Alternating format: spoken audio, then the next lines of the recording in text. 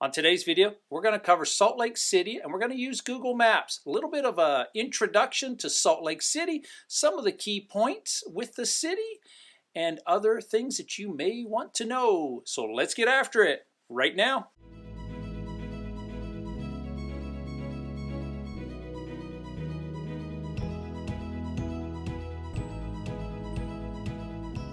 In Utah channel.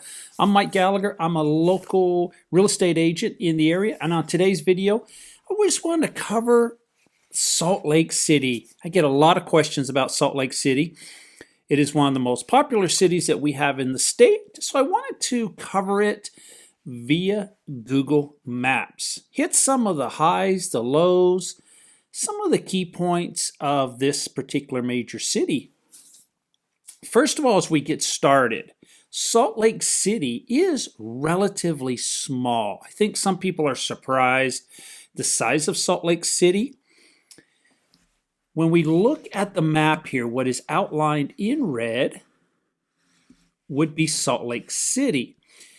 A lot of times when you're flying in to the airport and you're seeing this huge amount of land as you come to land at Salt Lake City International, some people I think assume that that is Salt Lake City. It is not. It is Salt Lake County. And when we have Salt Lake County, it encompasses a lot of cities like West Valley, West Jordan, Sandy, Draper, Murray, Magna, Holiday, Mill Creek, all make up Salt Lake County. But Salt Lake City in itself is rather small compared to a lot of major cities in the United States.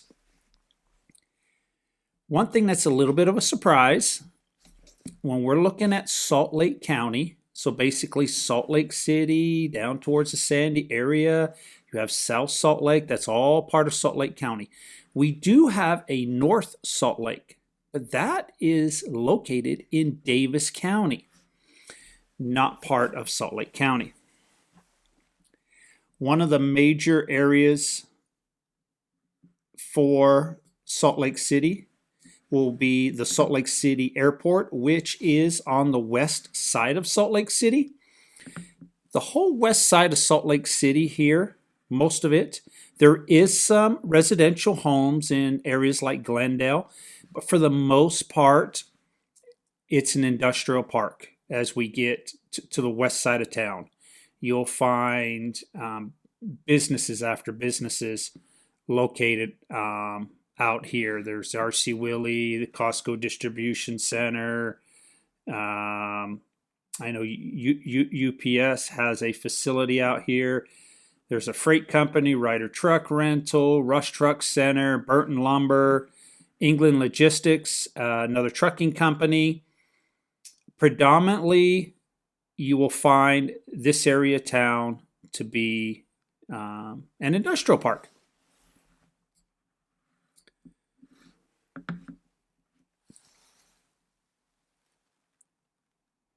So as we just covered the west side of town, if we were to travel right downtown, we do have a couple of interstates that run through Salt Lake. You have Interstate 215. And you have Interstate I-15. I-15 runs north to south from the southern border of the state to the northern border of the state. 215, Interstate 215, I consider a circular road, a ring road around the city. Technically, it is not. It does not cover the doesn't go in a complete circle. It starts here in North Salt Lake, comes south, comes around, and then ends here on the west side. It does not make a complete loop around, but it is one handy way to get from one part of town to another. Another thing to keep in mind when you are traveling in Salt Lake City, and if you're looking for an apartment or home to purchase, the commute time from the east side of town to the west side of town is longer in most cases than living to the north or to the south. The main reason is pretty much the only way to go from the east to the west, depending on where you're at. If you're out here where you can take Interstate 80 into town, it's a little bit quicker. But if you're in some of these areas here and you're trying to go from one side to the other side, traffic light after traffic light after traffic light. I have been stuck in many, many traffic lights trying to go from one side of town to the other side of town. At where if I'm traveling from, say, Sandy or Draper, going into Salt Lake City, jump on the freeway, 15, 20 minutes, you're right downtown. Where if you're going east to west, 20 minutes worth of travel time is very little. Very, very little. So keep that in mind. If you were to work on one side of town and live on the other side of the town, I would recommend that you drive the commute, see how far it is, and if you feel like that will be acceptable.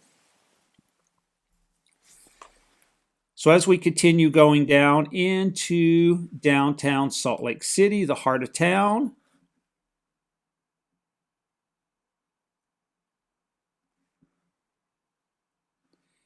the downtown location is like many other cities in the United States. You will find a lot of businesses, shopping, business district. There are skyscrapers in Salt Lake City, a variety of businesses in those particular towers. That is where the heart of, say, the financial district is, the business district, corporate headquarters, right in downtown Salt Lake City. To commute in Salt Lake City, you have a few options. You can drive a car. There is parking in Salt Lake City. There's access through the roads, or you can take mass transit. We have a couple of options when it comes to mass transit. We have what they refer to as UTA Frontrunner, and UTA stands for Utah Transit Authority. It is a train, above ground train that runs from Ogden, Utah, all the way down to Provo, Utah. The train is a nice way to travel. I have traveled many times on the train. Once you get into downtown Salt Lake City, there is a track system that can take you to many, many locations throughout Salt Lake City. It'll cover most of Salt Lake City, down to areas like Murray, up to the University of Utah.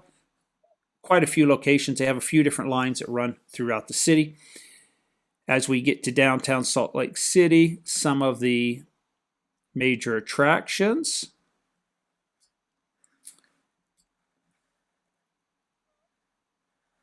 Okay, right here is Vivint Arena, very popular place. It's home of the Utah Jazz basketball team.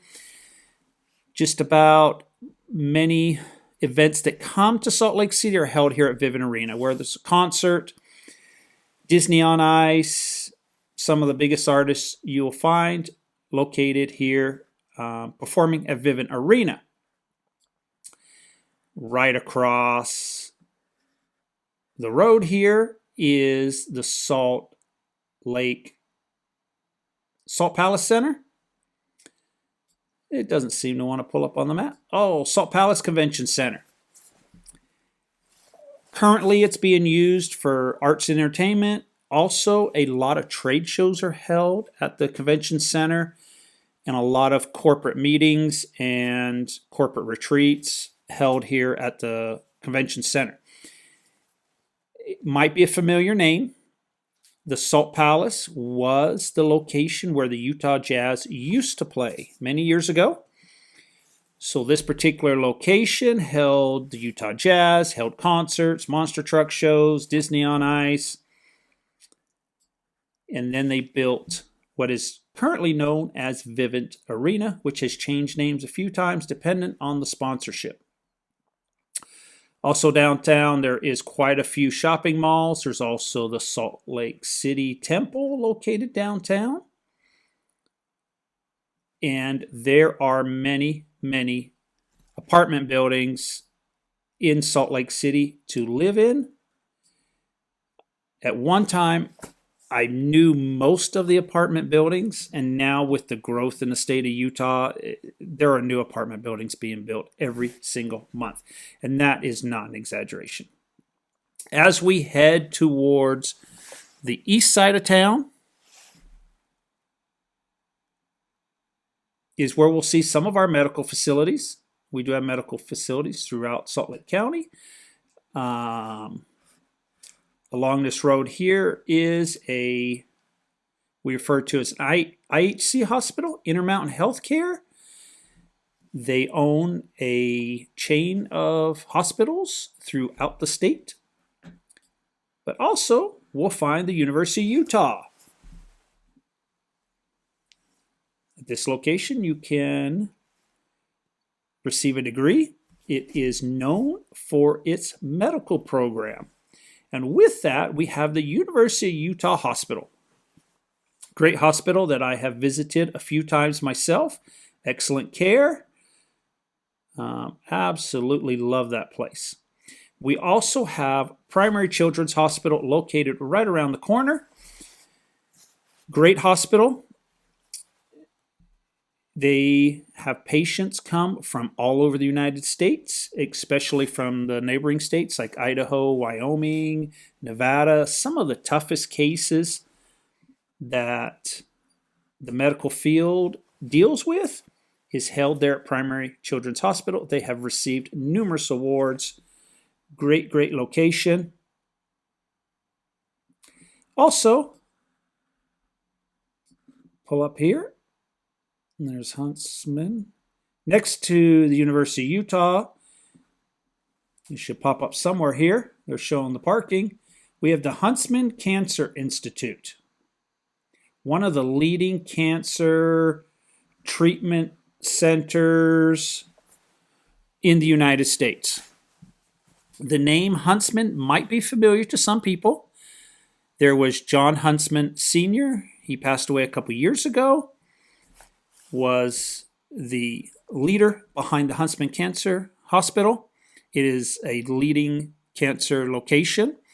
I've had friends that have required services at this location. Mr. Huntsman Sr. is known for the Huntsman Corporation, which I believe they manufacture specialty chemicals. Mr. Huntsman Sr.'s son, John Huntsman Jr., is also very popular. He was the governor of Utah back in the 2000s. He recently, over the last probably about 10 years ago, he was a presidential candidate. He has also been recently the ambassador to Russia. So the Huntsman family is well known in Utah. And I think many, many people appreciate what they have done, their family has done for the Huntsman Cancer Institute. So as we are on the east side of town, we have a stadium here called Eccles Stadium.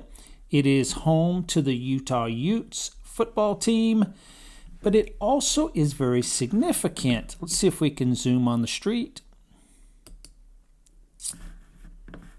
During the Winter Olympics of 2002, the stadium was host to the opening and closing ceremonies of the Winter Olympics. And there is still some items from the Winter Olympics. If or maybe when we hold the Winter Olympics again, Eccles Stadium may host the opening and closing ceremonies again. So, yes. When we're in this neighborhood here, there is a lot of homes. The whole east side is full of homes. It is well-established neighborhoods, been around for many, many years. As we look at some of the streets, We just pick a street or two. Very nice, well-kept homes.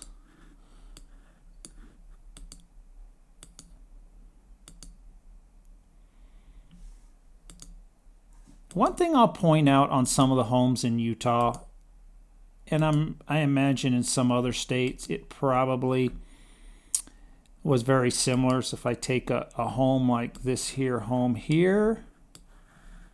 So we are looking to the east, and there's a home behind these trees. When most of these homes were built, the only way to cool your home during the hot summer months was to shade your home. So it's not uncommon to see large mature trees facing towards the west to block the sun in the afternoon, as the sun will rise from the east and set in the west. And even in the maybe 70s and 80s, swamp coolers were very popular in Utah. You'll still see homes with swamp coolers. But a lot of people who had swamp coolers also would grow nice mature trees to help shade their home. Made it a little bit easier to cool your home. So if you see some trees, not uncommon to see trees. See, on this side of the street, you don't see quite as many because you're facing towards the west. But my guess would be they would probably have more in the backyard to help shade the home. And even in today's time with air conditioning systems, having these trees would probably keep your electricity bill a little bit lower.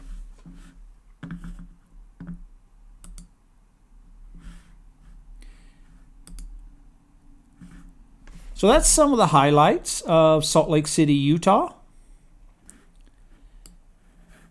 On some of the major areas, it is a small area compared to many larger cities in the United States. But that is Salt Lake City. If you do have any kind of question, by all means, reach out to me. Glad to answer anything that I can. And until the next video, take care and stay safe.